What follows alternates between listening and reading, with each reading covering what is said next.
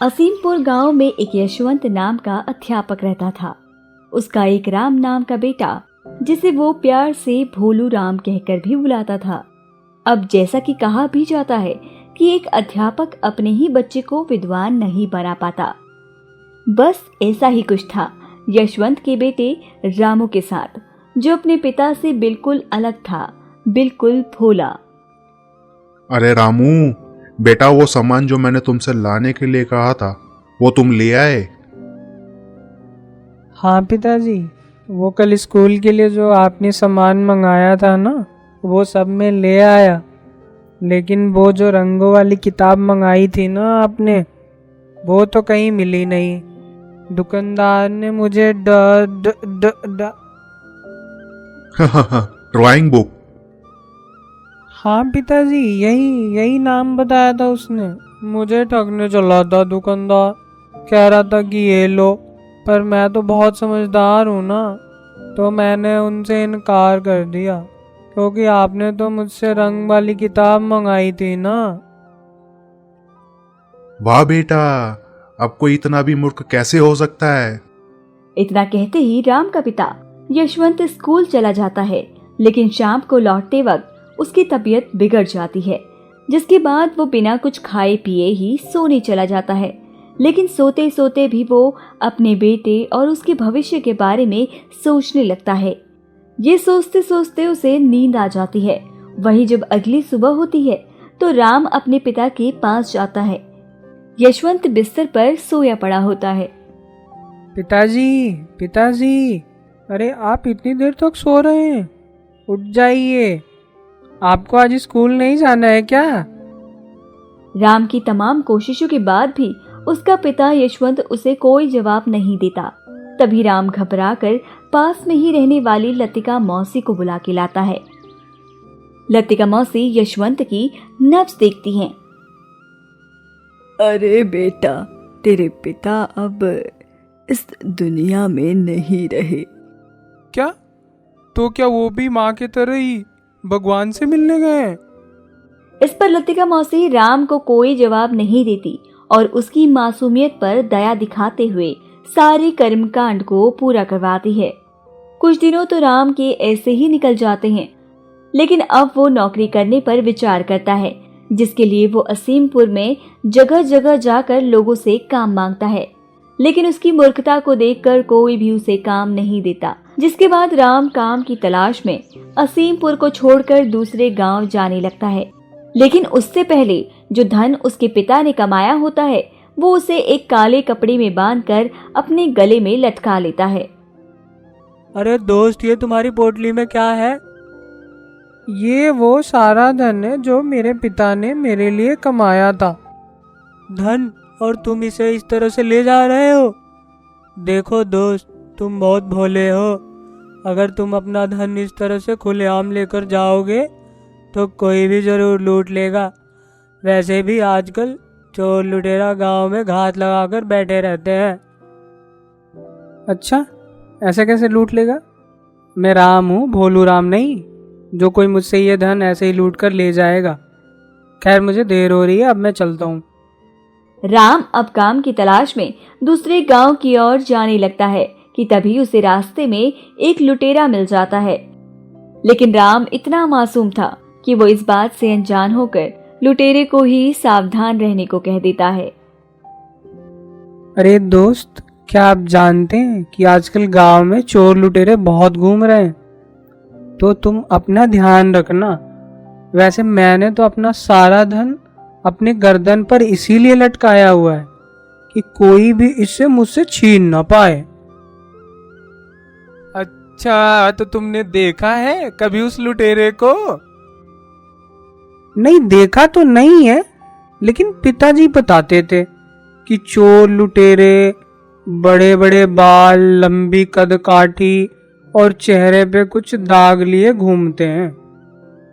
लुटेरे ने दाएं देखा न बाएं, झट से अपनी कमर से चाकू निकालकर राम के गले पर मार डाला, जिससे उसकी पोटली कटकर नीचे गिर गई। और फिर लुटेरे ने इसे झट से लपक लिया और भागते हुए कहने लगा, अब देख लिया ना कैसे होते हैं लुटेरे। देखो, तुम मेरा वो सब कुछ 2 मिनट में लूट कर ले गए, जिसे कमाने में मेरे पिताजी ने अपनी पूरी जिंदगी दे दी। अब अगर वो सब ले ही जा रहे हो तो मुझे भी अपने साथ जोड़ लो, मैं भी तुम्हारी इस काम में मदद कर दूंगा। राम की ये बात सुनकर पहले तो लुटेरा सोचने लगा कि ये मंद बुद्धि मेरे क्या ही काम आएगा, लेकिन दूसरे ही पल उसे राम पर तरस भी आ जाता है। लुटेरा राम को अपने साथ अपने घर ले आता है और अगली सुबह उसे घर लूटने के लिए अपने साथ ले जाता है। देखो, मैं इस घर के पीछे के रास्ते से जा रहा हूं, तो जब तक मैं तुम्हें ना कहूं तब तक तुम घर के अंदर मत आना, और मेरे इशारा देते ही वो थैला लेकर तुरंत घर के अंदर आ जाना। इतना कहते ही लुटेरा पीछे के रास्ते से घर के अंदर चला जाता है, लेकिन वही दूसरी तरफ राम को जोरों से प्यास लग जाती है, जिसके चलते वो सीधे उसी घर में घुस गया। उस घर में एक बूढ़ा आदमी जमीन पर पड़ा होता है, लेकिन राम को कुछ भी समझ नहीं आता और वो उसे जमीन से उठाकर कुर्सी पर बैठा देता है। बाबा, आप इस तरह से जमीन पर क्यों लेटे हुए थे? मुझे आपके घर से पानी मिलेगा? मुझे बहुत जोरों की प्यास लगी है। राम बार बार उस बूढ़े आदमी से पानी के लिए पूछता है, लेकिन वो कोई भी जवाब नहीं देता। तभी राम को एहसास हो जाता है कि शायद उस बूढ़े आदमी की मृत्यु हो गई है। अपने सामने लाश को पाते हुए राम की चीख निकल जाती है और वो जल्दी से जाकर कमरे की छत पर बनी टाट में छुप जाता है, लेकिन उसकी वो चीख को सुनकर वो लुटेरा भी वहां आ जाता है। अरे, तुम यहाँ क्या कर रहे हो? मैंने कहा था ना, मेरे बुलाने पर ही अंदर आ जाना, फिर तुम यहाँ क्या कर रहे हो? अरे, वो उस कुर्सी पर तो देखो, वहाँ बुढ़ा आदमी मर चुका है। लुटेरा उस मरे हुए आदमी को देखकर सोचता है कि अब तो काम और आसान हो गया है, लेकिन जिस तरह से राम चिल्लाया होता है उससे आस पड़ोस के लोगों के आने की भी आशंका होती है और वो जाकर पलंग के नीचे छुप जाता है। लुटेरे के छुपते ही वहां आस पड़ोस के लोग भी आ जाते हैं और बूढ़े आदमी को मरा हुआ देख चौंक जाते हैं। हे भगवान, ये क्या हो गया? बेचारा बूढ़ा बाबा, पता नहीं क्या हो गया। 2 दिन पहले तो अच्छे खासे लग रहे थे और आज इस अवस्था में है। अब क्या हुआ और क्या नहीं, ये तो ऊपर वाला ही बता सकता है बस। पड़ोसी की बात सुनकर राम जोर से बोला, देखो, मैंने कुछ भी नहीं किया। अगर यकीन नहीं आता तो आप लोग उस लुटेरे से भी पूछ सकते हैं जो पलंग के नीचे छुपा है। राम की बात सुनकर वहां मौजूद लोग चौंक जाते हैं और उनकी नजर ऊपर बैठे राम पर पड़ती है। जहां राम का इशारा पाते ही पड़ोसी पलंग के पीछे छुपे लुटेरे को पकड़ लेते हैं और उसे गांव के सरपंच के पास ले जाते हैं। राम, तुम उस बूढ़े पापा के घर पर क्या कर रहे थे? राम ने अपने पिता के मरने के बाद से लेकर बूढ़े आदमी के घर तक पहुंचने की पूरी कहानी गांव वालों को सुनाई। राम ने जिस मासूमियत से ये बात गांव वालों को बताई, हर किसी को उसकी बात पर भरोसा हो गया और फिर गांव वालों ने राम को तो छोड़ दिया, लेकिन उस लुटेरे को पुलिस के हवाले जरूर कर दिया। एक गांव में एक बूढ़ी औरत और उसका मूर्ख बेटा श्याम रहता था। बूढ़ी औरत वैसे तो अपना घर का खर्च खुद ही चलाती थी, लेकिन अब उसके शरीर ने उसका साथ देना बंद कर दिया था, जिसके बाद एक रोज उसके बेटे श्याम को भी काम मिल ही जाता है। वो घर आता है और इस बात के बारे में अपनी माँ को बताता है। माँ, मुझे आज काम मिल गया है। मालिक ने कल से बुलाया है मुझे। अच्छा बेटा, ये तो बहुत अच्छी बात है, लेकिन तुझे काम के बदले जो कुछ भी मिले उसे संभाल कर अपनी जेब में रख लेना। अगले दिन शाम काम पर जाता है। दिन भर काम करने के बाद शाम को मालिक उसे काम के बदले में दूध देता है, लेकिन मूर्ख शाम बिना अपना दिमाग लगाए अपनी माँ की बात को याद करता है और वो दूध को जेब में रखकर भागता हुआ अपनी माँ के पास आता है। माँ देखो, मुझे क्या मिला है। अरे दिखा दिखा, क्या मिला है? श्याम झट से अपनी जेब में हाथ डालता है, पर जब उसकी जेब में उसे कुछ नहीं मिलता तो वो परेशान हो जाता है। अरे क्या मिला है, दिखा भी दो अब। अरे माँ, पता नहीं कहाँ रख दिया, रखा तो जेब में ही था। माँ, मालिक ने काम के बदले आज मुझे दूध दिया था, और जैसे आपने कहा था कि काम के बदले जो कुछ भी मिले उसे जेब में रख के ले आना, मैंने भी दूध को जेब में ही रखा था, लेकिन अब पता नहीं कहीं मिल ही नहीं रहा। बेटा, दूध जेब में नहीं कैन में रखा जाता है, तो कल से तुम कैन लेकर जाना काम पर।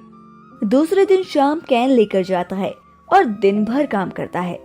जब शाम होती है तो उसका मालिक उसे काम के बदले में एक बिल्ली देता है।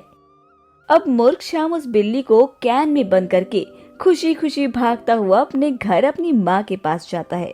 माँ, आज तो बहुत ही कीमती चीज मालिक ने मुझे दी है, तुम देखोगी तो खुश हो जाओगी। श्याम कैन खोलता है और उसमें से मरी हुई बिल्ली निकलती है। श्याम कुछ भी समझ नहीं पाता और सोचता है कि बिल्ली कैन में रखने तक तो जिंदा थी, फिर ये मर कैसे गई। उसकी माँ को बिल्ली के मरने का बहुत दुख होता है और वो श्याम को फिर से समझाती है। श्याम, अगर मालिक ने तुझे काम के बदले बिल्ली दी थी तो तुझे उसे रस्सी से बांधकर घर लाना चाहिए था ना बेटा। कैन में तो बिल्ली मर ही जाएगी ना बेटा।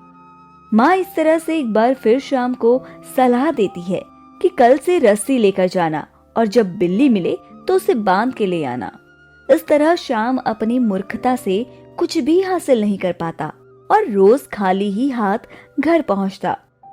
वो जिस रास्ते से घर जाता उसी रास्ते में एक महल भी पड़ता, जहां एक राजा की बेटी एकदम उदास गुमसुम सी रहा करती थी। अपनी बेटी के चेहरे पर मुस्कान लाने के लिए राजा ने हर कोशिश, हर तरकीब लगाकर देख ली, पर वो राजकुमारी के चेहरे पर हंसी नहीं ला पाया। मैं परेशान हो गया हूँ, अब पता नहीं मेरी बेटी के चेहरे पर मुस्कान कैसे आएगी। एक काम करता हूँ, एक शर्त रख देता हूँ कि जो कोई भी राजकुमारी को हंसा देगा उसके साथ राजकुमारी का विवाह कर दिया जाएगा।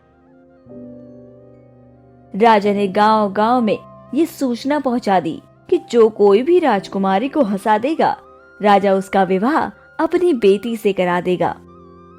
ये बात सुनकर दूर दूर से लोग राजकुमारी को हंसाने आते हैं, लेकिन कोई भी राजकुमारी को हंसा नहीं पाता और हार मानकर वापस चला जाता। वहीं दूसरी तरफ एक दिन श्याम अपने काम पर जा रहा था, जहां उसे दिन भर मेहनत करने के बाद उसका मालिक खुश होकर उसे काम के बदले में एक गधा दे देता है। लेकिन मूर्ख श्याम उस गधे को भी अपने कंधे पर उठाकर घर की ओर चल पड़ता है और फिर उस महल के पास पहुंच जाता है, जहां अपने कमरे की खिड़की पर बैठी राजकुमारी मूर्ख श्याम के कंधे पर गधे को बैठा देखकर खूब हंसती है।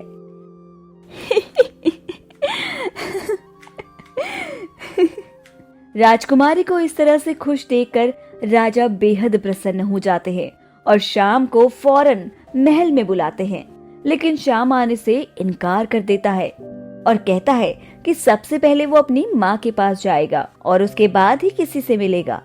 श्याम की ये बात सुनकर राजा श्याम की माँ को भी महल में बुला लेते हैं। माताजी, आपके बेटे की वजह से मेरी बेटी के चेहरे पर मुस्कान लौट आई है, इसलिए मैं अपनी बेटी की शादी आपके बेटे संग करना चाहता हूँ।